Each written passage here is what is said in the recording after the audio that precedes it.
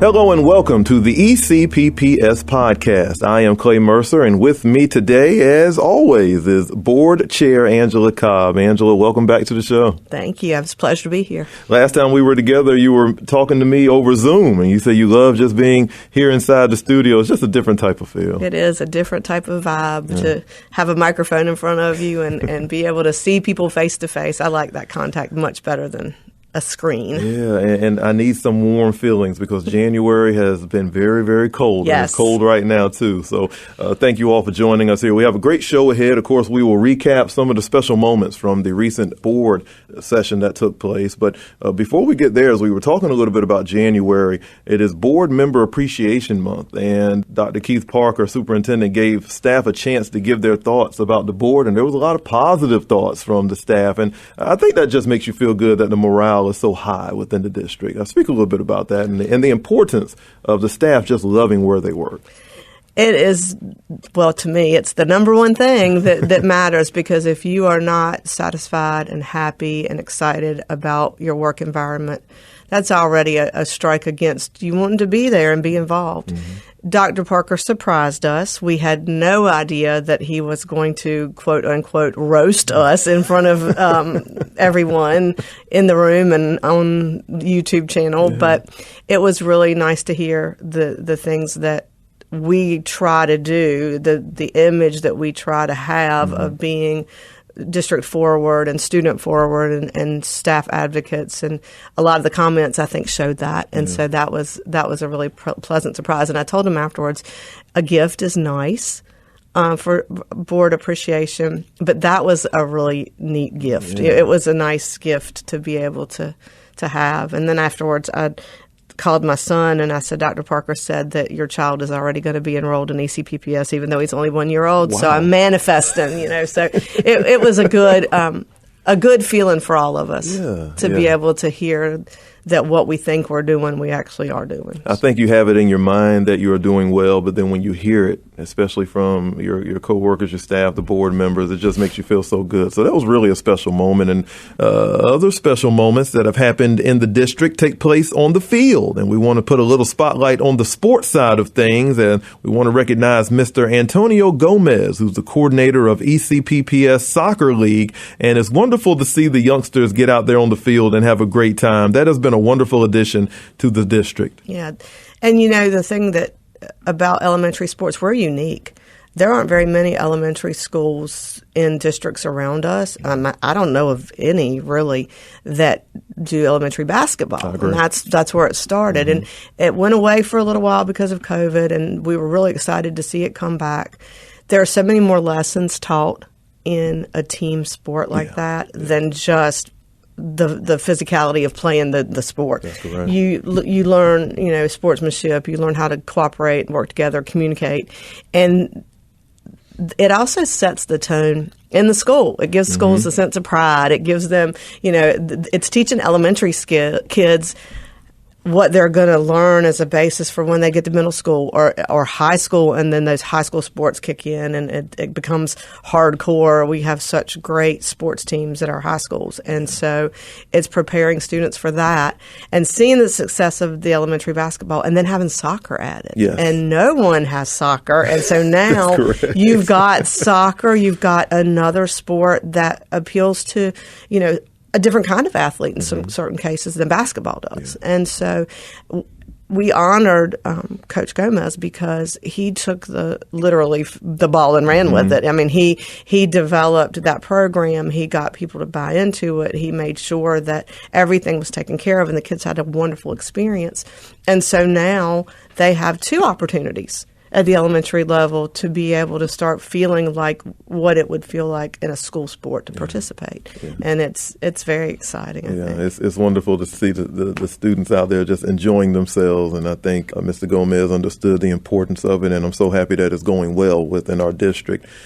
Speaking of January, obviously we talked a little bit about the cold weather, and it has an effect on the district when it comes to the weather decisions. And I think some of the listeners, especially the parents out there, would love to hear a little bit more about the process of how those decisions are made. If you could take us in a little bit and let us know how those decisions are made. And also, I think sometimes people say, can we make these decisions a little earlier? Things of that nature. Could you take us into the process a little bit? Absolutely. It is a process, that's for sure. And the decisions to alter the school schedule, whether it's a delay or a closing, are not taken lightly, because the district understands any time a decision is made to alter a school schedule, there's going to be an impact on families. There's going to be an impact on, jobs and employment hours and getting students to and from school and having to adapt and adjust at the last minute. So those decisions are not made lightly. As far as what goes into that process, Dr. Parker and his staff, Ms. Hill especially, our transportation director, they are in constant contact with emergency management in the county and city. They get updates, weather updates, those kinds of things. There's a very strong line of communication there so that we know if there are weather advisories or things that could potentially cause some schedule changes. And then when using this winter storm that we were supposed to just have as an instance, if there are questions about road conditions, Ms. Hill and her staff, and a lot of times Dr. Parker as well, will be up driving roads at 3:30, 4 o'clock in the morning, trying to make sure that they see if there are any road conditions that might be unsafe for our parents or students to travel on, or our buses to travel on. And what's hard to understand, sometimes people look out the front door or their window and go, well, I don't have anything at my house. Well, there might be, and working in weeks, well, I know this because it's happened before. In Glen Cove, the conditions might be completely different than they would be on Fire Tower Road down in Newland. So again, when the decisions are made, they have to be made to represent the entire school district, not just one section or one elementary school area. And so that becomes interesting. And then one of the kudos I would give to them, they've tried really hard to make the calls early.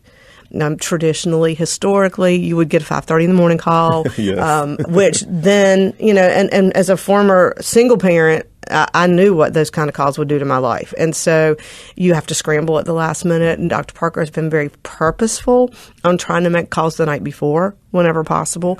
And, looking at and making sure that giving parents enough time to adjust. After the board, a funny story, after the board meeting Monday night, when we all went to leave, it was snowing a little bit. Out of nowhere. We were supposed to get all of the snow. We got nothing. We were ready and primed to make whatever calls needed. There were no calls to be made. And then when we walked out of the board meeting on Monday night, it was snowing a little bit. And everybody kind of laughed about, oh yeah, well, it snowed more. And some northern parts of our county got a dusting. And they were up riding the roads at 4:30 early Tuesday morning just to double check and make sure that this rogue snowstorm that came about that nobody knew about wasn't going to impact, our weather. And he was a little bit distressed because he said, if I have to make a call, it's going to be an early morning call, and I don't want to do that. But he feels, and he knows the board supports in his feeling, you should always err on the side of caution. I know sometimes it's inconvenient. We hate that. But I would much rather suffer a little bit of an inconvenience than have to suffer a tragedy of a bus accident or an accident involving a family or students or staff members. So I think that it's a very purposeful decision when those kinds of calls are made. It's made as early as possible. But sometimes, like Monday night, there was no snow forecast for us. And then all of a sudden you have a dusting of snow and 18-degree temperatures, you have to pivot. And so we always are looking at doing what is in the best interest of and the safest interest of our students and families. Thank you for that. And I totally understand it. I think in this area, sometimes we do look out the window and we look at the main road and it looks pretty clear, and you don't really understand those back roads where the buses have to travel and pick up the students. You have to think about that too. And so I really commend Dr. Parker and the entire team for doing the diligent work and making the decisions that's best for us and best for our families and students. So. One other thing too, Clay, that I didn't mention, that some of our buses travel in the dark in the morning. And true. so, again, delays, a lot of times delays are made so that we can get the sun up. And then you can see those roads a little bit clearer, make sure that if there are some spotty black ice places here and there, that you're not traveling in the dark. Mm-hmm. Also, looking at cold is a factor. Do we delay school for cold weather as far as temperatures? Not normally, but you do have to think that while your student might have a nice warm coat and be in a warm, heat-filled car on the way to school, some of our students don't have that. And so we try to keep everyone in mind when we make those decisions. Yeah, thank you so much for that. It's the ECPPS Podcast. Clay Mercer here with Board Chair Angela Cobb. Rolling through a few more of the recognitions that we had at the recent board meeting. It was a recognition of 4 employees who completed the Treasure Academy, brought to us by the North Carolina Association of School Business Officials. I'd like to bring some recognition to Ms. Dorian Felton at Northside Elementary School, Crystal Smith at P.W. Moore, Michelle Spence at the E.C. Pasquotank Early College, and Michelle White over at Sheep Harney. This is something that's really important, and I think people just have to understand that the bookkeepers do an outstanding job, and for them to get the professional development they need, it just makes the district that much better. Absolutely.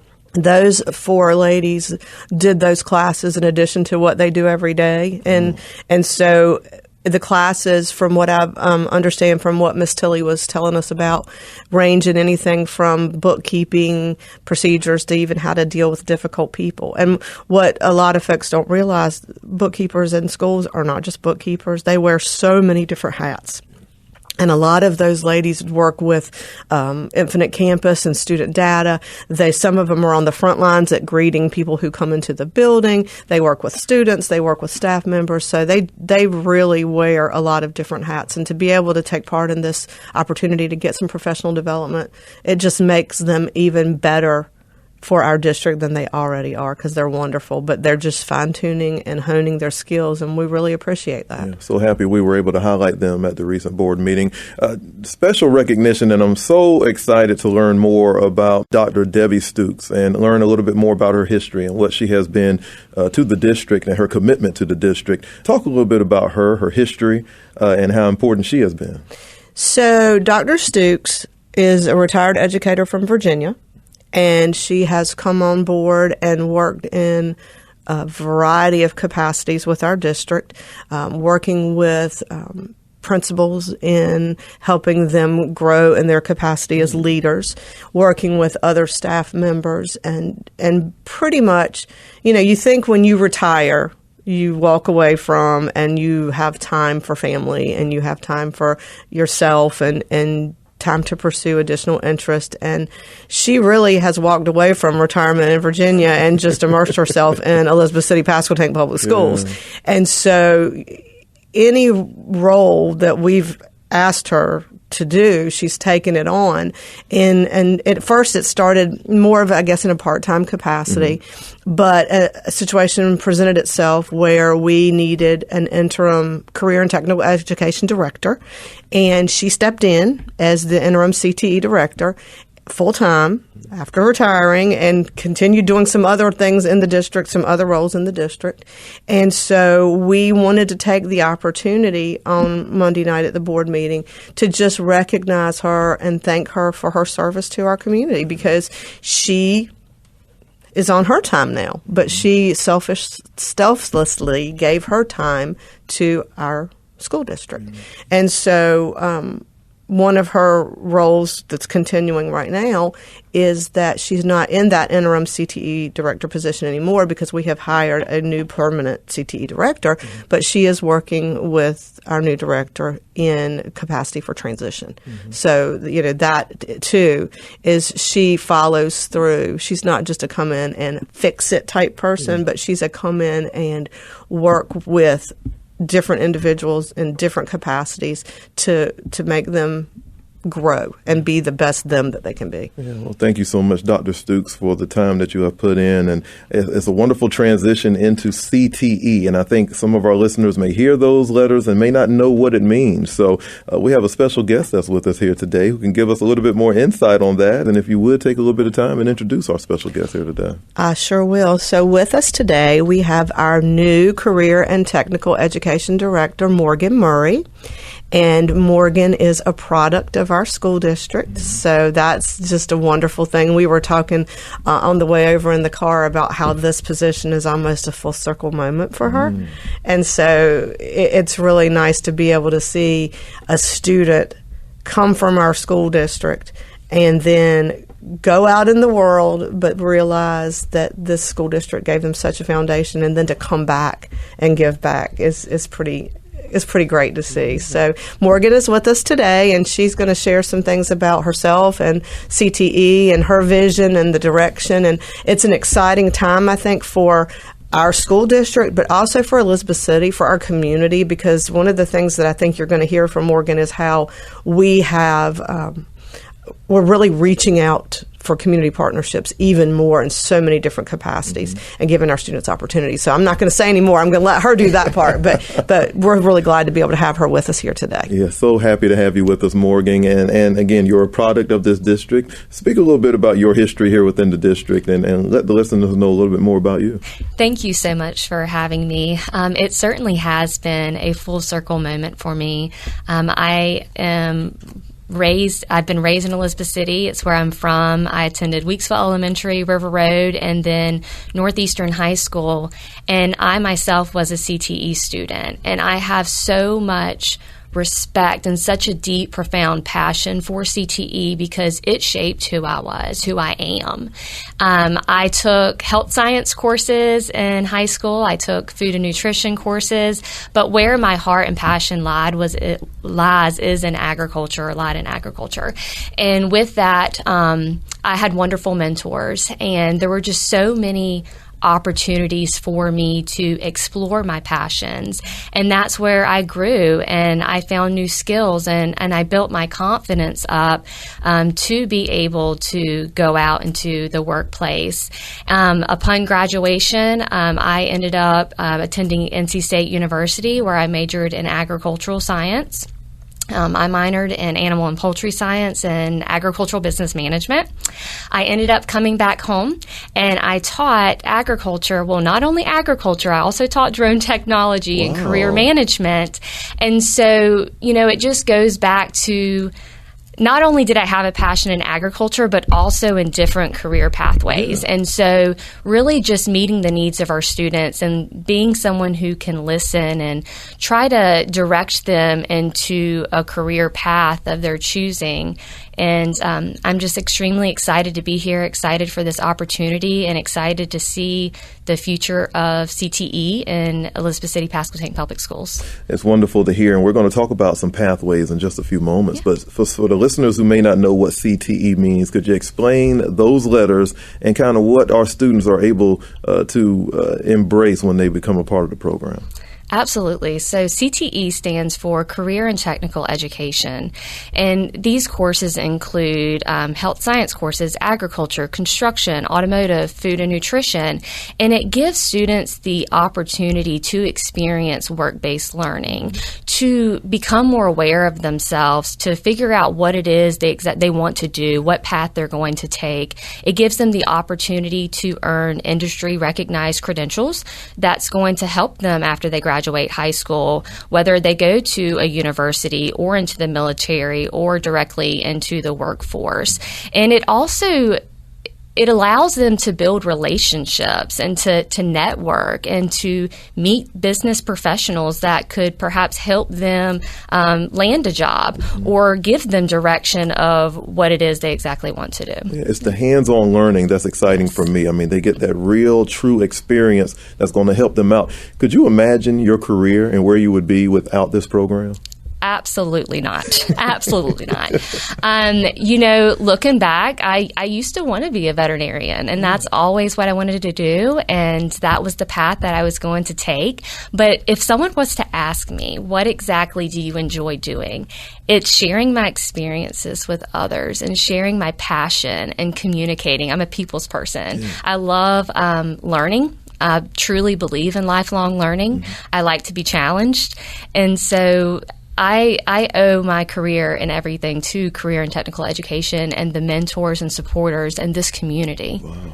the pathways, and that's something that I noticed on the website. The information is available right there. Speak a little bit about those pathways and the different directions that students can go and what they can learn. Absolutely. So, when we look at the framework for career development, it really begins in fifth grade, where students are becoming aware of what exactly it is, what is a career, what options are there for me, and really just that exposure that continues into 6th, 7th, and 8th grade, where they're exploring different careers. So are they interested in healthcare? Are they interested in core construction? And it kind of gives them a framework, a direction. And so then carrying on into high school, they're able to kind of focus in on that pathway. So let's say we have a student who knows they want to be a doctor one day, perhaps. So once they develop their plan in 8th grade, they're able to kind of go into high school, and there's a plan. They can take Health Science 1, Health Science 2, and then perhaps land an internship. And so there are various pathways that include animal science, natural resources, core construction, food and nutrition, business and marketing, fire tech. So there's tons of opportunities, and that's one thing that I'm extremely excited about. And what I was so passionate about coming over is that I believe there's 16 different pathways that students can take in high school, so there's definitely opportunities for all. As the new director, your vision for this program, put it out on the table for us and take us inside and let us know what you see this program being within the next 5 years, the next 10 years. What is your outlook on this? When I think in simple terms, I don't want a student to graduate high school not knowing what they want to do because they weren't given the opportunity to experience it.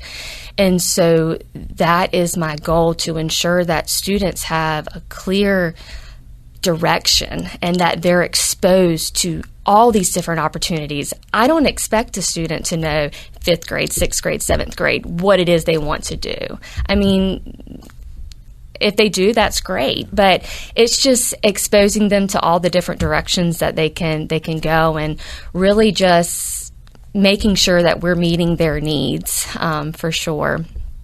So. It's so funny. Just a aside, I was just talking to my cousin a couple of days ago about this, and they were speaking about people who get into college, and by the time they get to maybe their junior year, they still don't know.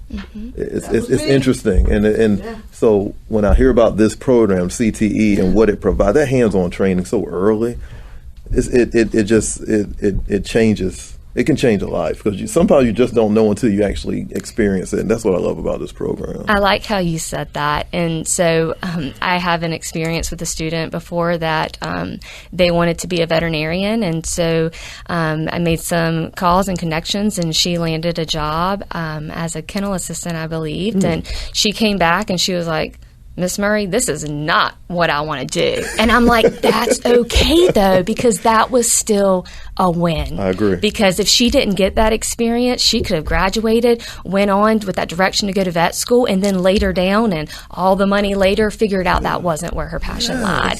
And so that's just one of the major things that excites me. Morgan Murray, ECPPS Director of Career and Technical Education, thank you so much for being a part of today's show. I love your attitude. I love your vision, and that just means you'll be back on this show really, really soon. So thank you so much for what you're doing for the district. Looking forward to seeing where it goes. Thank you so much for having me. Yeah. It's the ECPPS Podcast. Clay Mercer and Board Chair Angela Cobb still here with me. And we also took a little bit of time to thank some young students who represented the school district back on MLK Day. And of course, it's always a special time when our students come together and create these type of events. I'd like to give a lot of love to Mr. Ryan Spruill over at Northeastern High School, as well as Gabrielle Rivers, Northeastern High School junior class president also, and Abel Sutton, who gave us a nice song to finish off the recognition there. But just speak a little bit about what they were able to bring to the table on MLK Day. So those three students, if you want a snapshot of the quality of student we have in this district, those three students represent just everything that we see in our students. We have such amazing students in this district. And to be able to just show a snippet of that by highlighting those three students, they planned the event from what I understand. From beginning to end. And listening to all three of them, in the capacities that they were in, listening to Ryan speak and how just eloquent he spoke about his feelings and about the impact that Martin Luther King Jr. had on not just his life, but the lives of his relatives. And it was powerful. Gabby, I've heard Gabby speak before, but Gabby she is such a powerful speaker. Yes. And you could tell in the command of just the way she presented herself. Mm-hmm. Northeastern's lucky to have her leading the junior class for sure. And then I always have a soft spot for Abel because I've known him since he was born, but that boy can sing, and he got up there and with his gift, just like the others had the gift of being able to present their words, mm-hmm. With his gift of how he presents his words, it just stopped time for a few minutes because he just commanded that room. And so being able to highlight those three students, being able to showcase, what makes our community so great. The diversity in our community is one of our strengths, and being able to showcase just their commitment to excellence mm-hmm. in planning something that had such an impact. So very, very just honored to be able to recognize those three. So happy to see them get recognized for their work. And I was also happy to see the recognition of H.L. Trigg Community School. It was the educational highlight at this month's board meeting. They call it Same Destination, Different Path. It's a small program, but it's important to the mission of the district. Talk a little bit about the importance of H.L. Trigg and what they do day in and day out. One of the pluses in our district is that I think we try really hard to meet the needs of all students. Mm-hmm. And so Mr. Paulette started off his presentation with us by giving us a quiz. And it tickled me because, all the educators in the room were like, oh boy, here we go. But the quiz was to take a list of about 7 factors and to order them in order of importance as to what we thought brought most students to Trigg. Mm. And so the number one reason that students go to Trigg is attendance issues. And sometimes our community doesn't have that perception. So I think it's a responsibility of everyone that knows what Trigg does and the positivity that's going on there to spread that word. Trigg is not a place where students go that just have disciplinary issues. And the program has changed quite a bit in the last 5 years. A lot of that I attribute to the people leading the program. Chris Paulette is an amazing educator. He's got a staff that's working with him that is in sync, and they know what to hone in on to meet the needs of their kids. Dr. Parker has allowed him to kind of have some flexibilities in what he's done, and he really has done some innovative things. But looking at attendance issues is what brings students there. The students that go to H.L. Trigg, for whatever reason, have not been as successful as they could be in a traditional school setting. And so when they do go to Trigg, they do kind of like an intake with each student and look at what is going to be the best case scenario and the best plan for this student to get them to walk across that stage with a high school diploma. And a lot of students, when they first get there, they have so many other things on their plate, that's way down on the priority list. And so through purposeful planning and support, whether it's academic support, behavioral support, mental health support, whatever kind of support. He mentioned in his presentation that he has one student who has a child and works a full-time job, and she's still going to school. And so they work around her to help her schedule be conducive as such that she can be an employee and a mom and also be a successful student. And I think that is paramount to success for any student, not just students at H.L. Trigg. One of the things that Dr. Parker mentioned afterwards that resonated with me is that H.L. Trigg is a school of choice. And people don't look at it like that. But, I remember from when I was a high school principal, we did have some students that just that setting was better for them for whatever reason. And so when you look at students that are going to H.L. Trigg, they maybe realize that they are not going to have a successful enough experience in a traditional high school. And it might not be their choice originally that they're going there. But in the end, I think the success we've seen, especially, and he did some statistics of how many students had graduated over the last 2 or 3 years, and 17 students, 18 students, that's significant. When you take a look at the impact that has on the high school graduation rates, that's significant. So just kind of sharing with us, where Trigg is at, what's going on, the typical, non-typical student, because no student there is a typical student, and just showing how this is just another choice. We like to say we give students choices, and in our school and programs that we're doing and supports that we're giving, this is just another choice to meet the needs of our young people. Yeah. And that need is to make sure that all of our students prosper and are on a path of success. And HL Trigg is a part of that. So a wonderful job that they are doing over there. And he also talked about the community partners that have really helped out. And, of course, ECSU, College of the Albemarle, and so many others who have provided the students a chance to come over and kind of see what is possible and give them a chance to learn a little bit more. So great job over there at HL Trigg. It has changed over the years, and I think it's changed for the better. So I'm looking forward to seeing the progress continue there.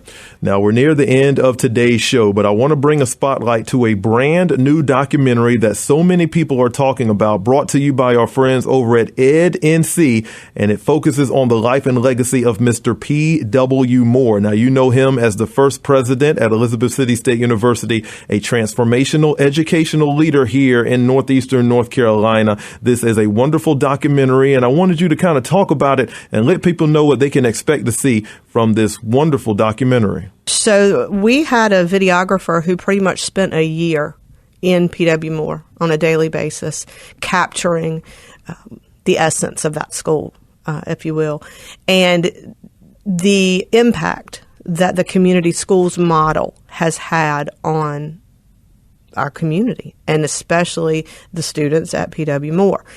The community schools model is designed around pillars of support. And the supports come from everywhere. They make, I won't say they make things easier, but they make things a little bit less troubling for parents who have certain needs. For instance, here's an example. Instead of a parent having to take a student out to get a physical for school at a doctor and having to worry about doctor's appointments and scheduling, the opportunities for students to get a physical in the school were available. The community comes out and supports P.W. Moore in family dinner nights where families come out, they eat a provided hot, yummy meal. They have an opportunity to sit down on an equal playing field with teachers and staff and just talk to them. And then on this family dinner nights, other resources from the community are there. The Lions Club might be there doing eye checks, or there might be the health department doing immunizations, or family portraits, or just some things that might be difficult for some of our families to go out and attain on their own. And so they had a videographer come in, spent the year there, captured the essence of P.W. Moore community schools, and created a documentary that showed the impact of our community and our community resources and what can happen and turn around a building when everyone is involved. And so now our community schools program has expanded. We have a community schools model in Elizabeth City Middle School and at Northeastern High School, and they are doing some amazing things at those schools, but their foundation came from seeing what happened at P.W. Moore. The documentary was debuted and allowed viewing for community leaders, community interested community parties, and it was actually put out at Moore Hall at Elizabeth City State, which was powerful. Here you are watching a documentary about Peter Moore Elementary School, the school named after Peter Wendell Moore, and you're in Moore Hall, and it was just really a neat thing. Yeah. That documentary has gone on to be seen in Raleigh at the State Board of Education, and now has been released for community view at large. I know that Dr. Parker has in the back of his mind some thoughts about doing some community viewing, so we would love for our audience to be on the lookout for that. If you ever really weren't sure about what goes on in a school, you spend some time watching that documentary, and you see very quickly what goes on in a school. Yeah, this is wonderful. Can't wait to hear more about it. I have not seen the documentary yet, but I love documentaries. That's usually what I do in my leisure. They say, what do you do to have fun? I like to sit down and look at documentaries. And so this one is going to be one that's on the list. I can't wait to see more about it. And again, if you want to hear more about this or read more about this and so much more about what's happening in the district, you can always go to the official website. It's always available to you, ecpps.k12.nc.us. Board Chair Cobb, again, a wonderful show here today. January is such a special time because it brings in the new year. So this is my first time saying Happy New Year to you. Happy New Year to you, too. And looking forward to what should be a wonderful 2026 for this district for our very, very, very special guests. We thank so much Morgan Murray for being a part of this. Angela Cobb, again, thank you so much. And we look forward to February show, and we're going to have a lot more to tell everybody about. Thank you.